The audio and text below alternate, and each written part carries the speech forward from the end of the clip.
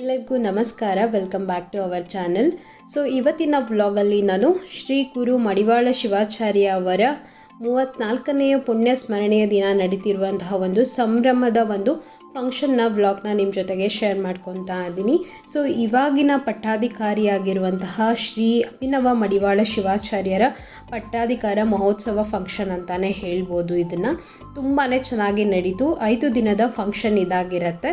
So ಪ್ರತಿಯೊಂದನ್ನು ಕೂಡ ನಾನು ಕ್ಲಿಯರಾಗಿ ತೋರಿಸ್ತೀನಿ. ನಿಮಗೆ ಕಂಪ್ಲೀಟಾಗಿ ವಿಡಿಯೋನ ನೋಡಿ ಇಷ್ಟ ಆದರೆ ಒಂದು ಲೈಕ್ನ ಮಾಡಿ.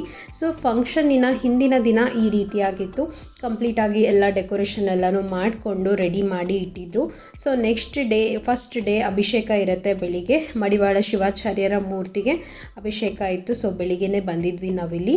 ಸೊ ಅಭಿಷೇಕ ಎಲ್ಲನೂ ಕೂಡ ತುಂಬ ಚೆನ್ನಾಗಿ ನಡೀತು ಅಂತಲೇ ಹೇಳ್ಬೋದು. ಬೆಳಿಗ್ಗೆ ಬೇಗನೆ ಸ್ಟಾರ್ಟ್ ಆಗಿತ್ತು. ನೋಡಿ, ಊರಿನ ಜನ ಎಲ್ಲನೂ ಕೂಡ ಬಂದಿದ್ದಾರೆ ಅಭಿಷೇಕಕ್ಕೋಸ್ಕರ. ಸೊ ಇವಾಗ ಅಭಿಷೇಕ ಕೂಡ ನಡೀತಾ ಇದೆ.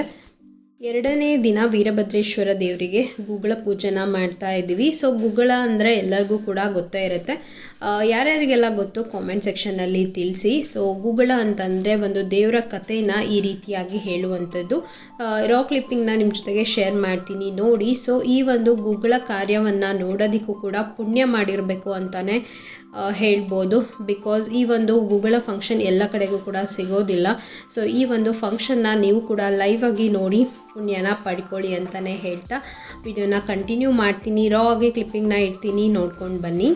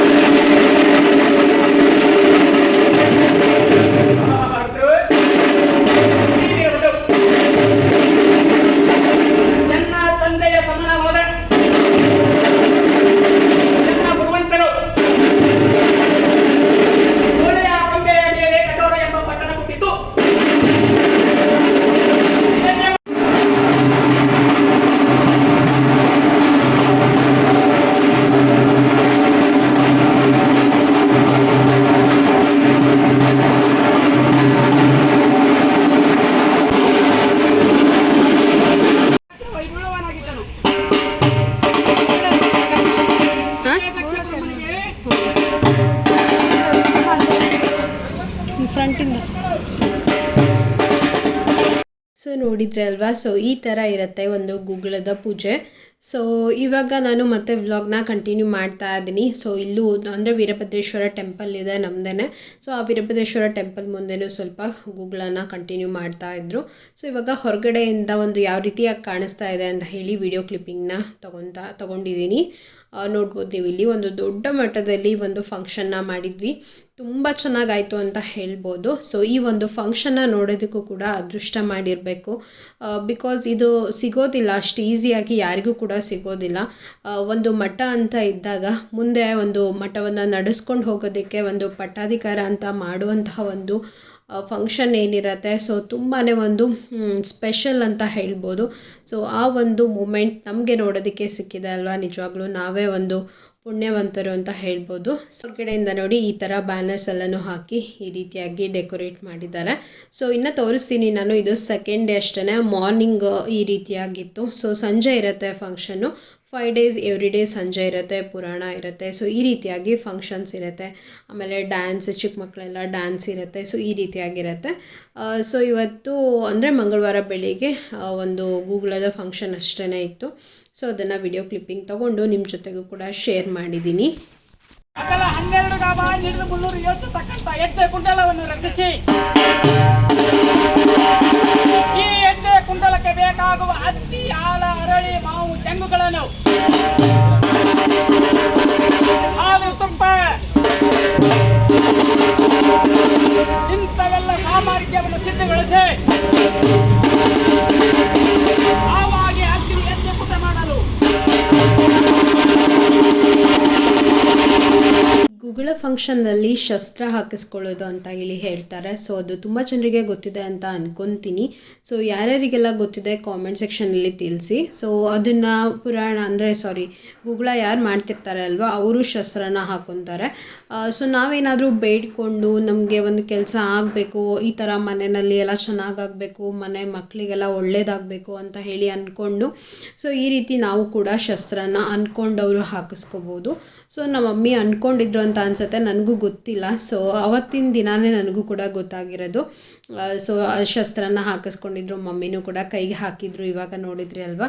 ಸೊ ಆ ಥರ ಡೇ ಬಂದು ಸೊ ಈ ರೀತಿ ಅಯಾಚಾರ ಮಾಡ್ತಾರೆ ಅಲ್ವಾ. ಸೊ ಅಯಾಚಾರ ಫಂಕ್ಷನ್ ಇತ್ತು. ಎಷ್ಟು ಜನ ಮಕ್ಕಳು ಬಂದಿದ್ದಾರೆ ನೋಡಿ.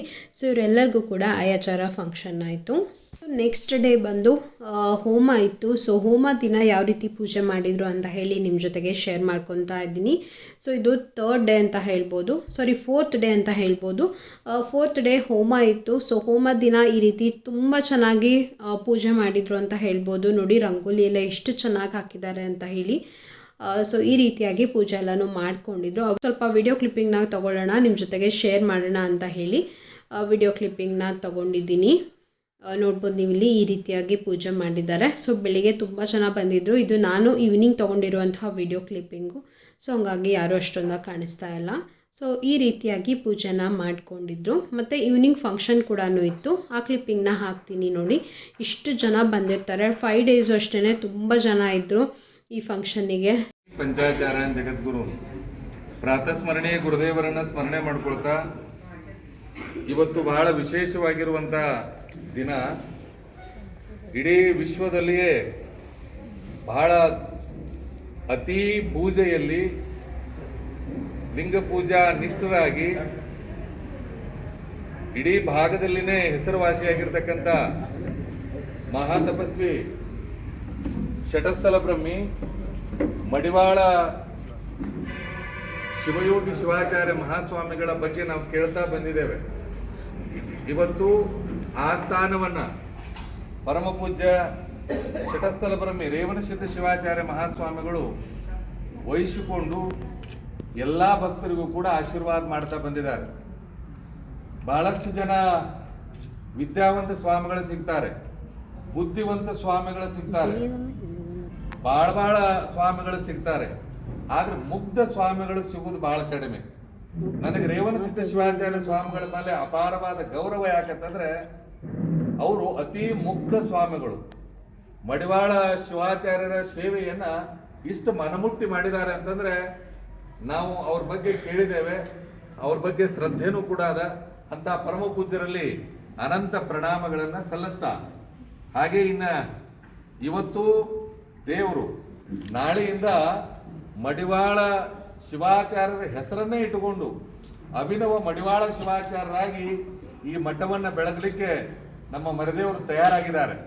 ನಮಗೆ ಇನ್ನೂ ಒಂದೇನು ಖುಷಿ ಅಂತಂದರೆ, ನಮ್ಮ ಮರಿದೇವರು ಹುಕ್ಕೇರಿ ಹಿರೇಮಠದಲ್ಲಿಯೂ ಕೂಡ ಇದ್ದು ಅಭ್ಯಾಸ ಮಾಡಿದ್ದಾರೆ ಅಂತ ಹೇಳಿ ನಮಗೆ ಅತೀವ ಸಂತೋಷ ಆಗ್ತದೆ. ಅವ್ರಿಗೆ ಒಂದು ಮಾತನ್ನು ಹೇಳಿಕ್ಕೆ ಇಚ್ಛೆ ಪಡ್ತೇನೆ. ಪರಮ ಪೂಜ್ಯರು ಇಂಥ ಗುರುಗಳನ್ನ ಪಡೆದಿರ್ತಕ್ಕಂಥ ದೇವರು ದಂಡ್ಯರನ್ನ ಬಹಳಷ್ಟು ಸಾರಿ ಅವ್ರಿಗೆ ಹೇಳಿದ್ದೀನಿ, ಆ ಮಠದ ಕೀರ್ತಿಯನ್ನು ಉಳಿಸ್ಕೊಂಡು ಹೋಗ್ಬೇಕಪ್ಪ, ಆ ನಿಟ್ಟಿನೊಳಗೆ ನೀನು ಕೂಡ ನಡಿಬೇಕಂತ ಹೇಳಿದಾಗ ಅದೇ ಥರ ಗುರುಗಳ ಥರನೇ ಇವರು ಕೂಡ ಮುಗ್ಧರಿದ್ದಾರೆ. ಭಗವಂತ ಅವ್ರಿಗೆ ಒಳ್ಳೇದು ಮಾಡಲಿ. ನಾಳೆ ನನ್ನ ಗುರುಗಳಾಗಿರ್ತಕ್ಕಂಥ ರಂಭಾಪುರಿ ಜಗದ್ಗುರು ಮಹಾಸನ್ನಿಧಿಯವರು ಬಂದು ಅವರಿಗೆ ಅನುಗ್ರಹಿಸ್ತಾರೆ. ನನಗೆ ಅನಿವಾರ್ಯ ಕಾರಣದಿಂದ ಬೆಂಗಳೂರಲ್ಲಿ ಒಂದು ಮೀಟಿಂಗ್ ಇರೋದ್ರಿಂದ ಹೋಗಬೇಕಾಗಿರೋದ್ರಿಂದ ಇವತ್ತು ಬಂದು ಪರಮ ಪೂಜ್ಯರ ಆಶೀರ್ವಾದವನ್ನು ಪಡಿತಾ ಇದ್ದೇವೆ. ಮರಿದೇವರಿಗೆ ಆಶೀರ್ವಾದವನ್ನು ಮಾಡ್ತಾ ಇದ್ದೇವೆ. ಇಂದಿನ ದಿನ ಹುಕ್ಕೇರಿ ಮಠದ ಶ್ರೀಗಳು ಕೂಡ ಬಂದು ಆಶೀರ್ವಾದವನ್ನು ಮಾಡಿ ಹೋಗಿದ್ದಾರೆ. ಅಭಿನವ ಮಡಿವಾಳ ಶಿವಾಚಾರ್ಯರಿಗೆ ಈ ಮುಂದೆ ಮಠವನ್ನು ನಡೆಸ್ಕೊಂಡು ಹೋಗುವಂತಹ ಶಕ್ತಿ ಆ ದೇವರು ಕೊಡಲಿ ಅಂತ ಹೇಳಿ ಆಶೀರ್ವಾದವನ್ನು ಮಾಡಿ ಅವರು ಕೂಡ ಹೋದರು. ನೆಕ್ಸ್ಟು ಇವಾಗ ಈವ್ನಿಂಗ್ ಈ ರೀತಿಯಾಗಿ ಫಂಕ್ಷನ್ ಕೂಡ ನಡೆಯಿತು. ಎಷ್ಟು ಜನ ಸೇರಿದ್ದಾರೆ ನೀವಿಲ್ಲಿ ನೋಡ್ಬೋದು. ಇಡೀ ಊರಿನ ಜನ ಎಲ್ಲ ಬಂದಿದ್ರು ಅಂತಲೇ ಹೇಳ್ಬೋದು, ಅಷ್ಟು ಜನ ಅವತ್ತು ಸೇರಿದ್ರು. ಜಗವ ಉದ್ಧಾರ ಮಾಡುತ್ತೇನೆಂದು ಚೀರಿ ಸಾರಿ ಹೇಳುತ್ತೀಯೇ ಸಕನೆ, ನಿನ್ನ ಉದ್ಧಾರ ಎಷ್ಟಾಯಿತೋ ಮಂಕುತಿಮ್ಮ ಅಂತೇಳಿ. ಒಬ್ಬ ಊರಾಗ ಎಲ್ಲ ಹಿರತನ ಮಾಡಿ ಮಾಡಿ ಮಾಡಿ ಮಾಡಿ ಮನೆಗೆ ಬಂದ.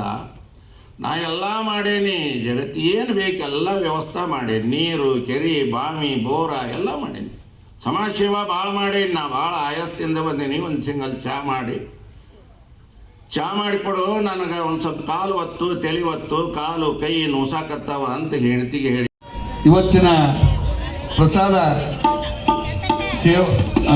ಸೇವೆಯನ್ನು ಕೈದಂಥವರು ಮಲ್ಲೇಶಪ್ಪ ಅಣ್ಣಪ್ಪ ಬೋರ್ಗಾಲ್ ಇವರ ಸ್ಮರಣಾರ್ಥ ಮಗನಾದ ರವಿರಾಜ್ ಮಲ್ಲೇಶಪ್ಪ ಬೋರ್ಗಾಲ್ ಇವರು ಇವತ್ತಿನ ಪ್ರಸಾದ ಸೇವೆ ಕೈಗೊಂಡಿದ್ದಾರೆ.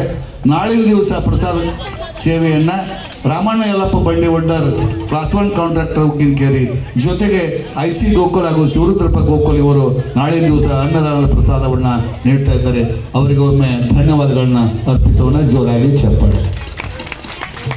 ನೆಕ್ಸ್ಟ್ ಡೇಯ ವ್ಲಾಗ್ ಏನೆಲ್ಲ ಇರುತ್ತೆ, ಮೇನ್ ಫಂಕ್ಷನ್ ದಿನ ಏನೆಲ್ಲ ಕಾರ್ಯಗಳು ನಡೆಯುತ್ತೆ ಅಂತ ಹೇಳಿ ನಾನು ನಿಮಗೆ ಮುಂದಿನ ವಿಡಿಯೋದಲ್ಲಿ ಕಂಪ್ಲೀಟಾಗಿ ಶೇರ್ ಮಾಡ್ತೀನಿ. ಅಲ್ಲಿವರೆಗೂ ವೆಯ್ಟ್ ಮಾಡ್ತಾ ಇರಿ. ನೆಕ್ಸ್ಟ್ ವಿಡಿಯೋದಲ್ಲಿ ಸಿಗೋಣ. ಧನ್ಯವಾದಗಳು.